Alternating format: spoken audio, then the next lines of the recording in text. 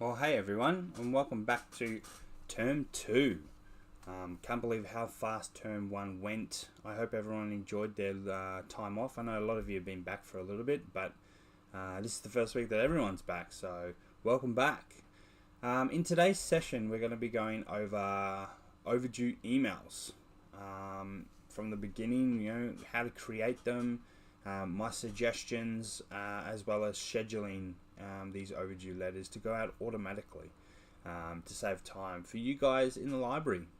So, first thing we want to look at are the prerequisites, I guess you can call it.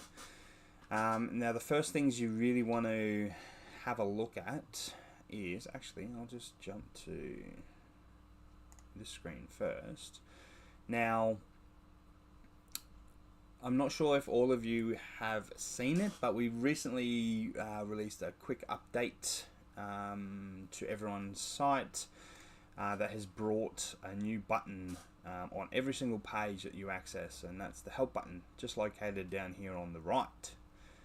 When you click on it, it will load up the most frequently asked questions for the page that you are on.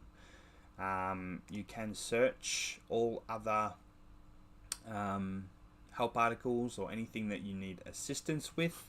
For example, I can search overdue letter, okay, and I have a bunch of suggestions for articles that I can go through and have a look at. So I'll jump back to my PowerPoint. So what do we need for our overdue letters? Okay, so first thing you need to answer yourself, or let's say you're sending me a ticket saying I want overdue letters. These are the things that I will ask you, or any of the team will ask you. How many emails do you want? Okay, so it varies from site to site. It's really how particular you want to get with your overdue letters. If the school's a high school, for example, you might want to have a few letters that go out. So you have a notification just saying, hey, you've got items overdue, please bring them back to the library. Or the second letter might say, it's been 2 weeks. If you don't bring the library books back, we'll have to take further action. Okay, and the third letter might go straight to the parents and say, this is the third notice that's been sent. Please bring the books back or you'll have to pay blah, blah, blah, blah, blah. Okay, so that's your first question you need to answer. How many emails do you want? The second thing you want to have a look at is who will be receiving the emails. Okay, so if you did have the 3 letters I suggested before, who's going to receive them? Is it always going to go to the parent? Is it always going to go to the student? Okay, so for my example, I would do the first 2 letters to go to the student and the third one to go to the parent. Do you have the relevant information in the database? Now, what I mean by this is, do you have student emails? Okay, do you have parent emails? Okay, if you're planning on printing these out and handing these letters out to the students as they leave the library, then it doesn't really matter about your your student and parent emails. Okay, but if you are planning on scheduling it to send out once a week, once a fortnight, then you will need that information. Okay, and if you don't have that information in the system, create a ticket. Okay, and I or one of the team will be able to assist you in getting that information on the system. Okay. Fourth thing is, what do you want the letter to say? Okay, we have some default letters that you can edit. Okay, and I'll get through that in a moment. But what do you want the letters to say? Okay, do you want it to be a harsh letter? Do you want it to be a soft letter? It's totally up to you on what you want the letters to say, and I'll walk you through how to edit that information shortly. How often do you want the letters to send? Okay, it's very important. If you're scheduling, do you want it once a week, once a fortnight, once a month? Okay, we can do it once every day. It's up to you guys. And what fields of information do you want in the letter?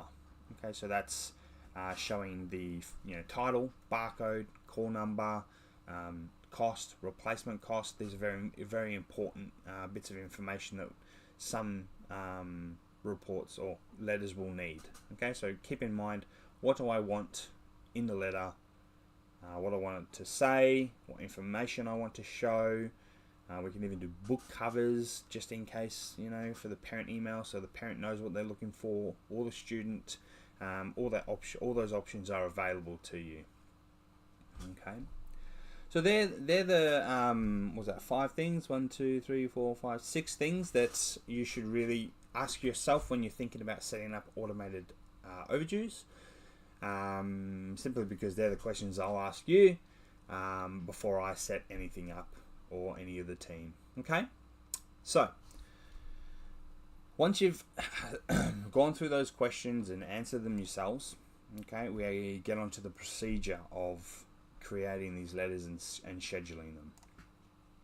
The first thing, yes, Betty, it is a great tool to have. I hope you're well. If anyone has any questions like Betty has placed into the chat box there, please do. I'll make sure I double check that I'm not missing any, but definitely jump in and have a chat. So first thing we need to do is create the letter. Okay, like I said before, we have some default letters that you can just duplicate and then edit, or you can go from scratch and create it. I suggest just duplicating one of the overdue letters and then editing it to meet your needs. Again, I'll walk you through that in a moment. Okay, and the next one, yes, editing the letter. So that's the text that the letter says, also the information, and then the fields that are in it as well. Obviously, you want to test the letter, so send it to yourself, and then you'll schedule the letter. Okay, so let's jump in and have a look at what we need to do. Alrighty, so the first thing you want to do is jump into our help button, and go through the articles as well. Okay, so they'll walk you through step by step how to create a letter, setting up the schedule, as well as editing the letter, so removing fields you don't want, adding fields, playing with the template, things like that. I'm going to go through all that with you guys at the moment, but I just want to show off my little help button. So if you do write in your search, okay, and then you can have a look at the suggested articles just by clicking on them.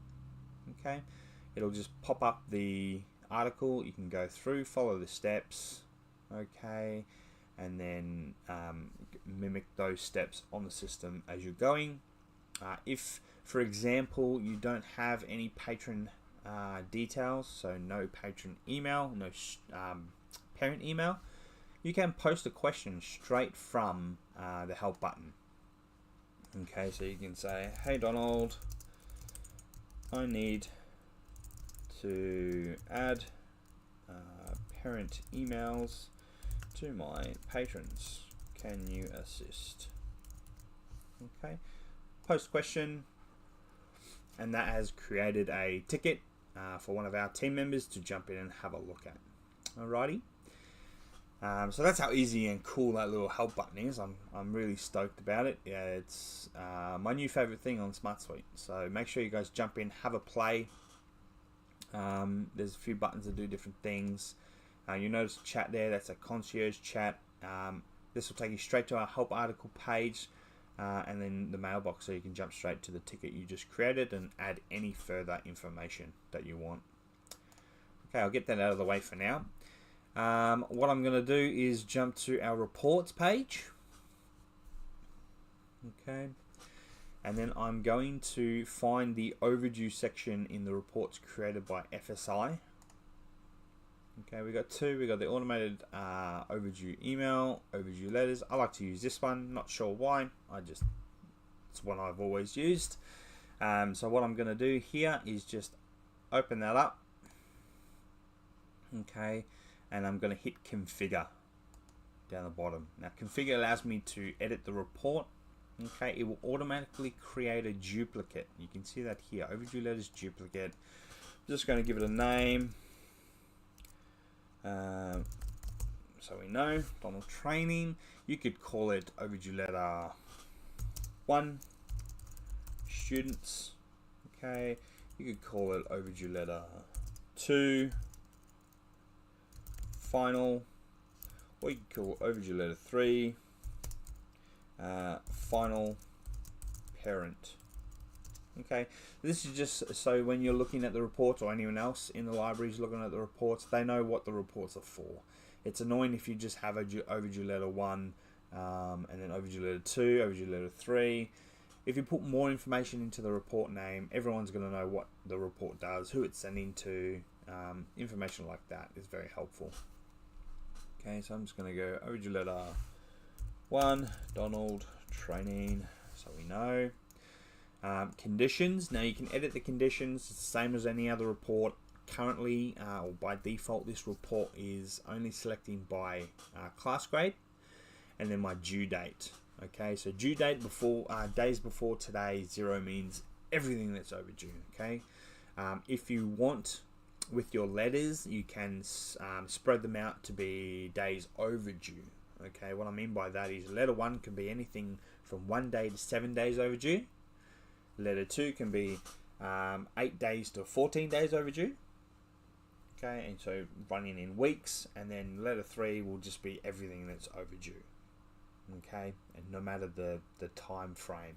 Or you can do letter 3 is 14 and on to whatever. Okay, so for this one, I'm going to leave class grade as is. If you wanted to print it off for your homeroom teachers, for example, to hand out to kids at the end of the day, you can change class grade to homeroom, okay, but you won't be using that email option. Okay, so I'm going to leave that as is, and this one I'm going to do where is it, due date. So we'll change due date to day overdue. Okay, and we can do between, and we're going to do 1 day to 7 days overdue. Okay, from there I'm going to check my results data. Okay, result data is going to pretty much just be the information that's on the report. Okay, so you can see here I have email. This is student email, okay, or parent, or sorry, patron email. But I want to add parent email to this report, so I'm going to click on the little plus, which adds an extra field. On the down arrow, I can go through and add my parent email right here. Okay, you can see that's now populated as the last field. I also want to add some more. I want to add my parent title, and I want to add my parent surname. Okay, again, depending on how your patron data is set up, you will need to check it. I'll show you how to do that. Patron management. Okay, we'll just load a random student. Let's just go with Judd Smith. Okay, we're going to go to our parent tab along the top here. Okay, you can see I've got no information here. Okay, what you want to have is your email field under parent. That is your parent email field. Email 2 is an alternate parent email. Okay, so you can have another email that sends to the second parent. So you have that option there. Parent title. Normally, when we import, parent title and parent surname will be in one field, depending on the school, but most schools have that field as one field. So Mr. and Mrs. Smith. Okay, that will be in your parent surname field. So check that because it will make you change the template. Okay, so double check that. Because I've added some extra fields, I'm just going to save my report here so that the fields appear in my template. Click on my template tab. Okay, this is the default template. Alright, so you can preview it to show what the data will look like. Okay, because it's got no information. It's not showing anything right now, but it will once I complete it. But this is what the letter will look like and the student will receive, or parent. Okay, so site name will be your school's name.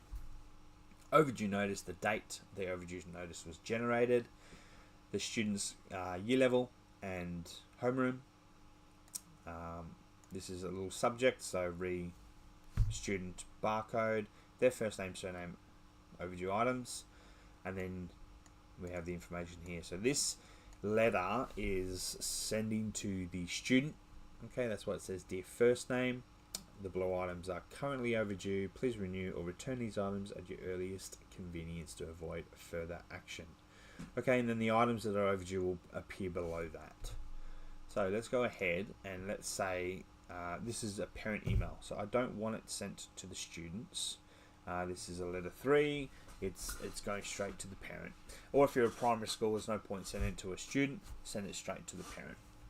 So what I'm going to do is I'm going to hover over my text field. Okay, so the body of the letter. I'm going to click on the cog, which gives me a pop-up, and then I can go ahead and edit the information. So I don't want first name there. This section up the top is your, we'll call it a tag drop down. Okay, we're going to find the information we want, so I'm going to put parent surname. Okay, or you can do parent/guardian. Just type in what you want. I'm going to leave parent surname.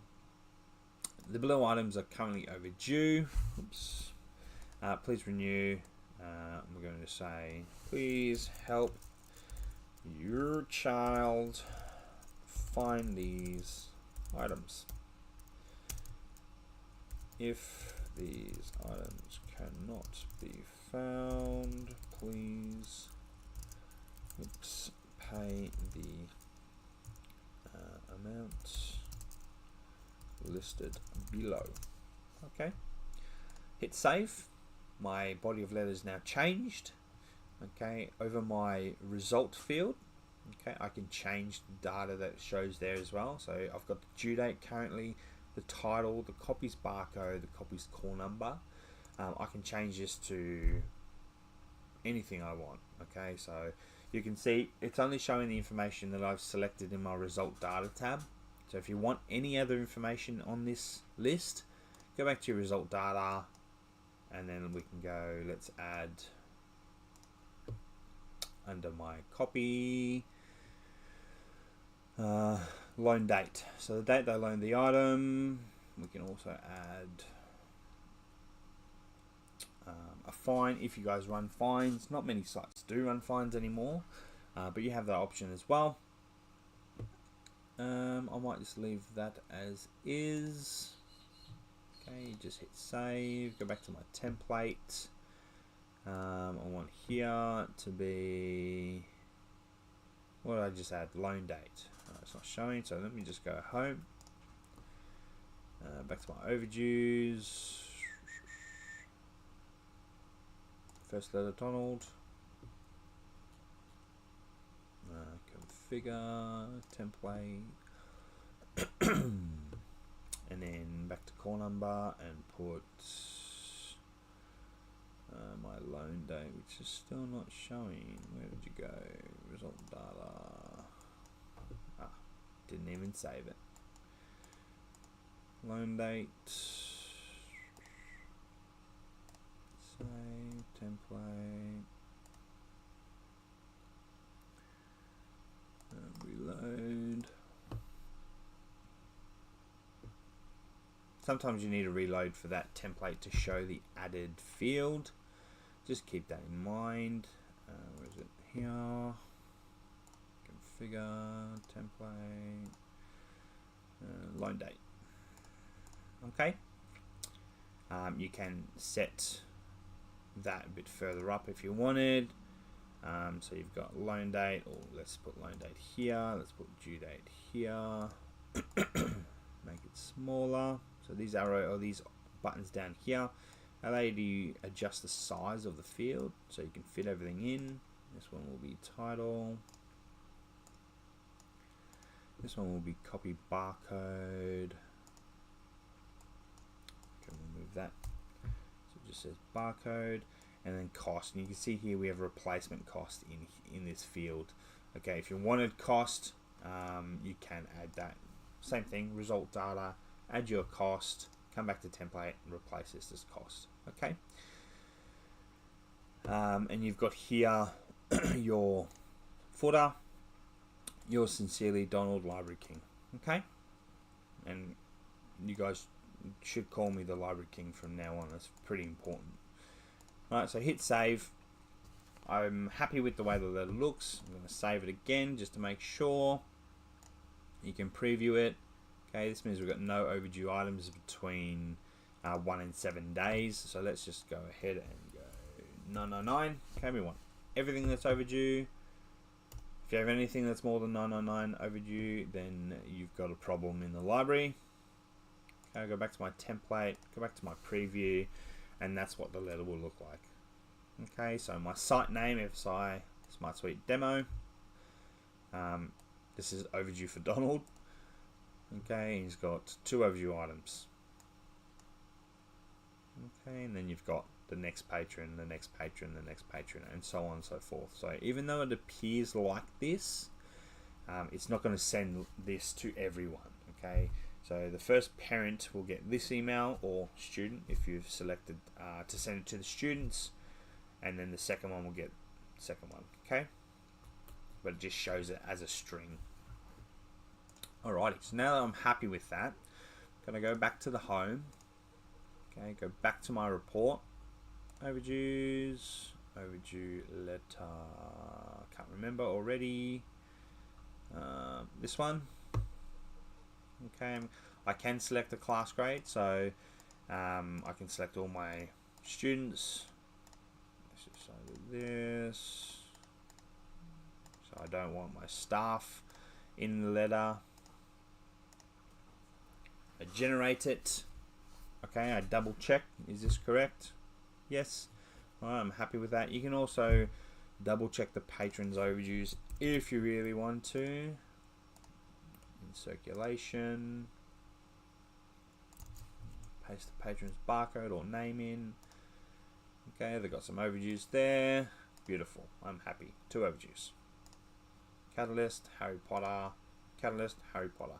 Okay, so you can go through and check it if you really want to. Just to double check that everything's hunky-dory, and then once you're done, you can get on to either printing the report or scheduling the email. Alright, so if we wanted to print this out, sorry, I'm just adjusting myself. If you want to print this out, it's simple. Hover over your print export button, click print, it'll load the PDFs, okay, and then generate the report. Okay, then it's ready to download, and you can view it from here, and I'll show you what that looks like.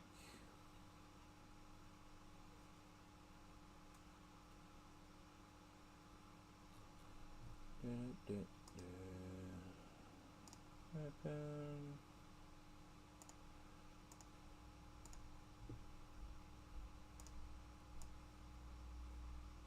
Let me drag this over.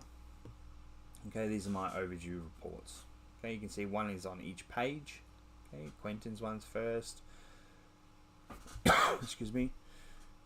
Dude Sweet's on second, so on and forth. Okay, so you can go through that. You can then print those out, and that allows you to hand them to the students themselves as they come in, or the homeroom teacher, and then they can pass them off to the students as they leave. All right. Now, if you wanted to email it, you've got a big email button down here. When you click on it, you've got a few things you need to look through.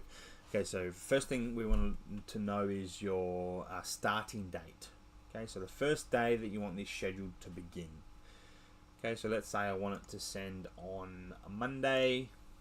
Okay, so the very first day that we'll send on Monday. The start time, I want it to be 8 AM. My frequency. Okay, so currently it's set to weekly. This will vary depending on the day range that you set. Okay, let's say you want it fortnightly. So every 2 weeks they get an email about the overdues that they have at the time. The subject. Okay, so it's always going to do your school name, then the information. So Donald's School of the Awesome, overdue letter, first letter. Okay, you can change that to anything you want, as long as it's very helpful for the user or the recipient to understand what the letter's about. Okay, so just be careful on what you put in there. Sometimes they'll just ignore it and not open it. Okay, your mail to option, this is obviously going to be who's receiving the letter. From the options you have parent email, alternate parent email.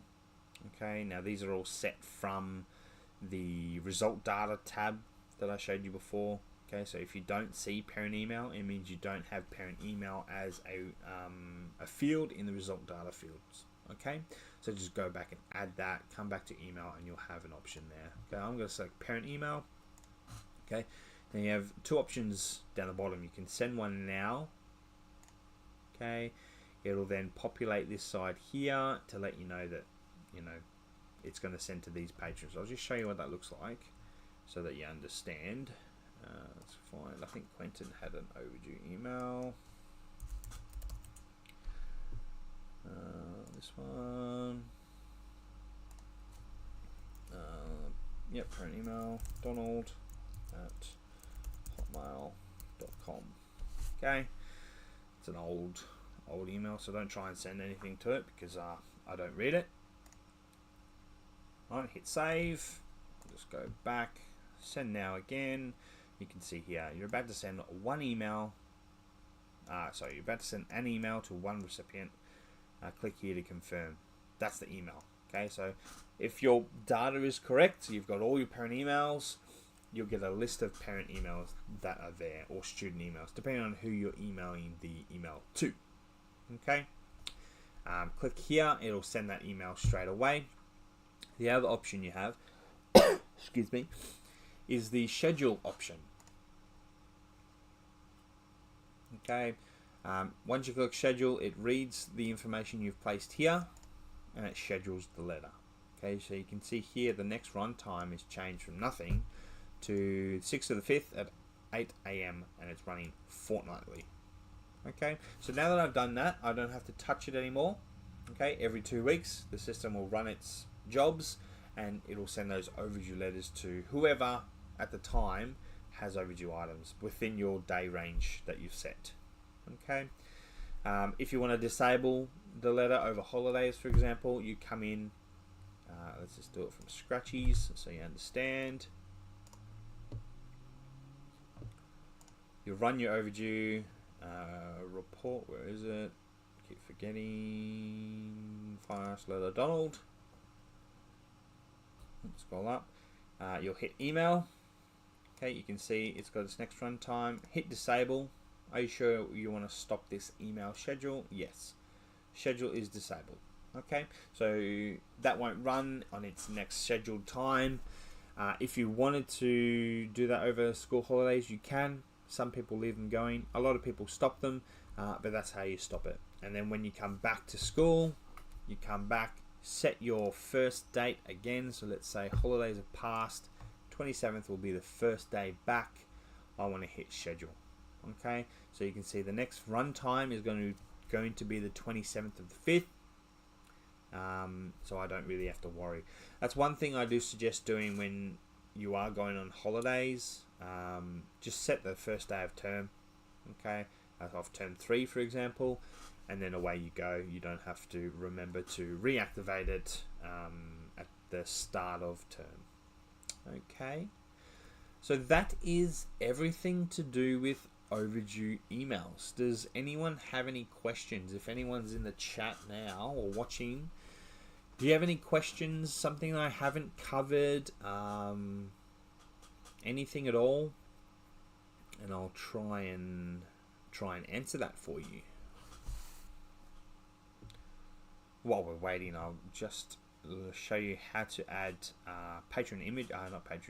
book images to a report. I find that very helpful when you're sending it out so that kids and parents know what item they're looking for. So you want to go back to your configure page on the report. back to result data. Let's add another field, and we're looking for copy or title cover. So under your title section, you're looking for cover. Okay, should look like, just like that. Beautiful. Come down, hit save.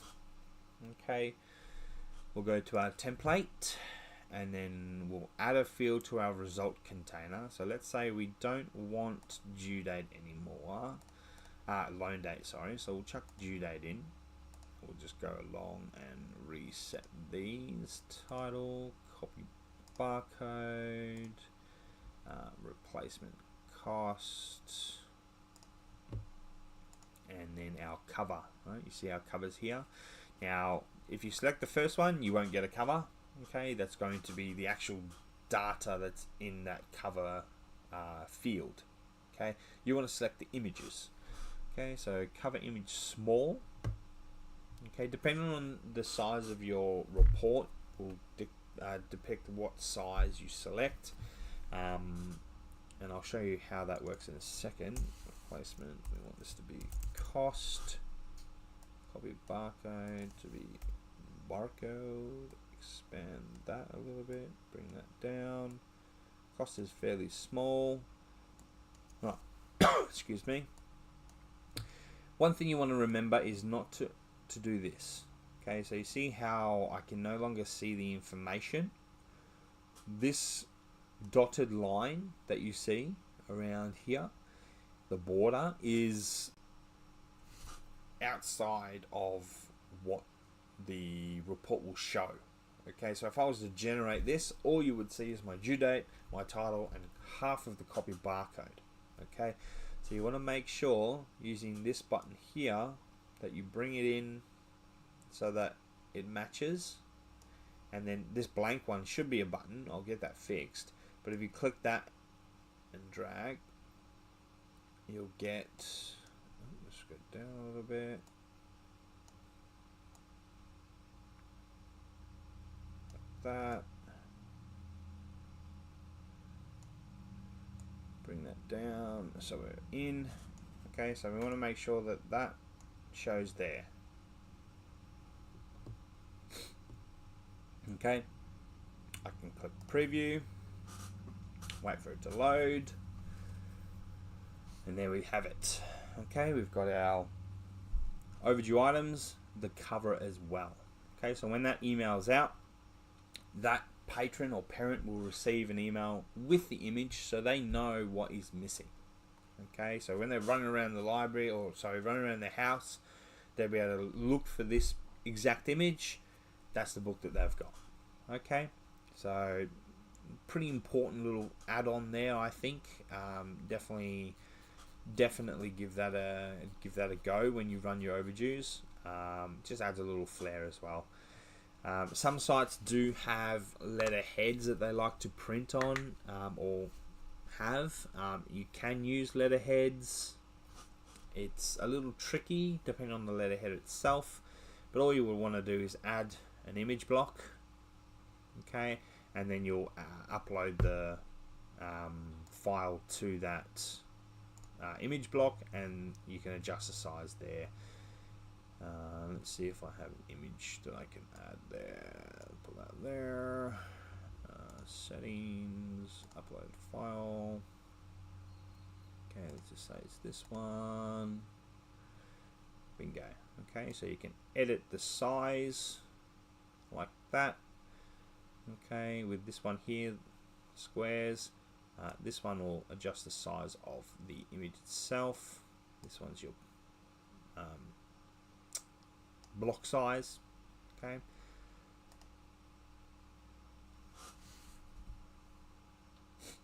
And then you've got your header there. You can also do a footer if you want. I think the headers work well, and then you can save that, reschedule it, and then that is ready to go. I don't have that last drag feature you showed in the template. Is that, close that, this one here, or this one here? just say first or second so I know, Betty.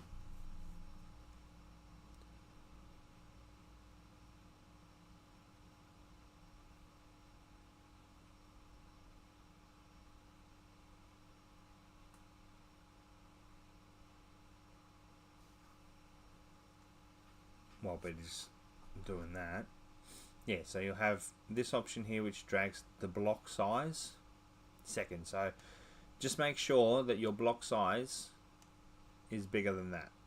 Okay, so the 4 arrows, drag it down so you can see all the information, and then you'll have 2 little arrows or 2 little lines on the corner of each field, which allows you to drag those fields larger or smaller. Okay, when you hover over it, you see my mouse changes to 2 arrows pointing away. That's what you're looking for.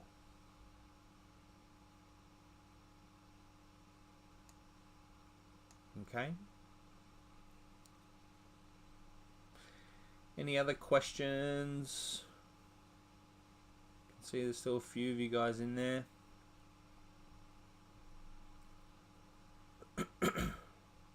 I'll wait a few more seconds.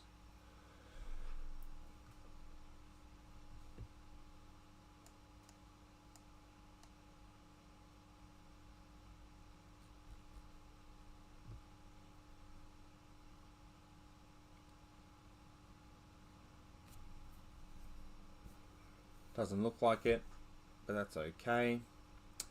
I just want to thank everyone for joining in. I did send out a newsletter today. There's a few pretty cool things in there. I want you guys to see things like ALIA. If anyone's in South Australia going to the ALIA conference, come and see us. We've got a cool vending machine, claw machine that we're going to be putting prizes in. So definitely come around, have a play, have a chat with us all.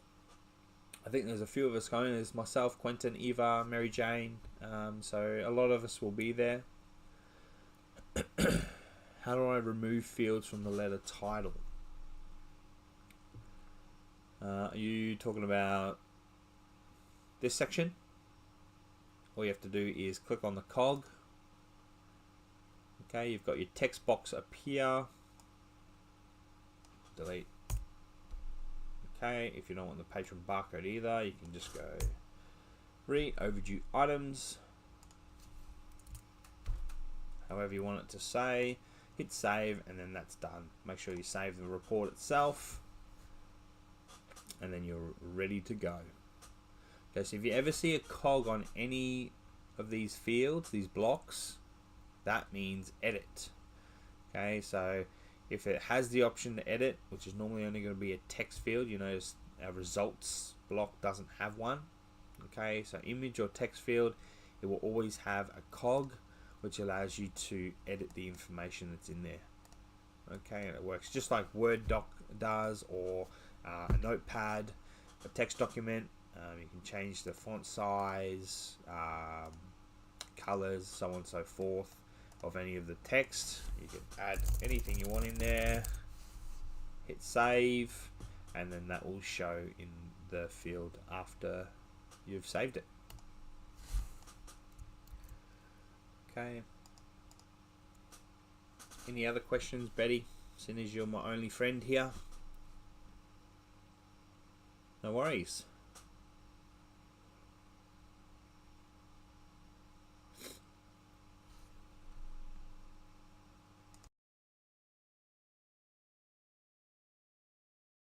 Wow, excuse me. Well, beautiful. I'll leave that there. Thank you for joining. Again, if anyone in South Australia is going to be at the ALIA conference, come and see us. We're all going to be there. Get yourself some prizes. You know, have a great time. Play with the help button. This one here. Thanks, Betty. Got a cold, I think. Yeah, play with the help button. You know, I'm just trying to make sure that everyone has access. Things aren't too difficult to find. I just want you guys to be able to use the system to its fullest potential. But yeah, I appreciate the time. You're most welcome, Betty. I'm sure I'll see you in the tickets soon. If anyone else has any other questions, feel free to jump in the help button, post a question. We'll jump back and get to you. Alrighty? Alright, God bless everyone. I appreciate your time.